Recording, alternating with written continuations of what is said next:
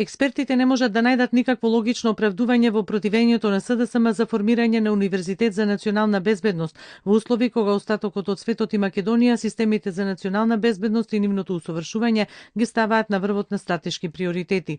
Тие во ова, како што велат, неодговорно однесување на СДСМ препознаваат политиканство од најмал калибар.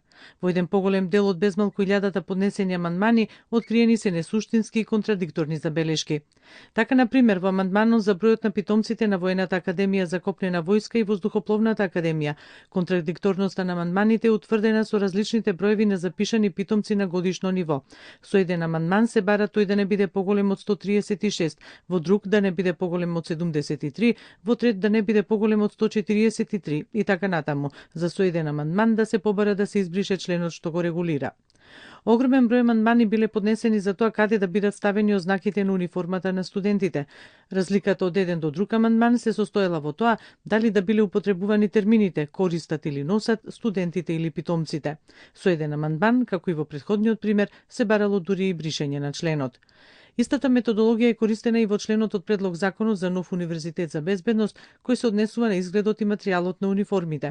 Бројот на поднесените амандмани за овој член се мера со десетици, а разликата меѓу нив е од аспект на тоа дали е употребено, на пример, питомците што студираат во питомците што се школуваат, натаму употребата на некаде заради, некаде поради, некаде министерот, а некаде Министерството за одбрана. Контрадикторност во амандманите поднесени од социјалдемократите имало и за членот со кој се уредува почетокот со работа на новиот универзитет. Со некој амандман се барало тој да почне 11-тиот ден по објавата во службен весник, некаде 25-тиот, некаде 49-тиот и така натаму.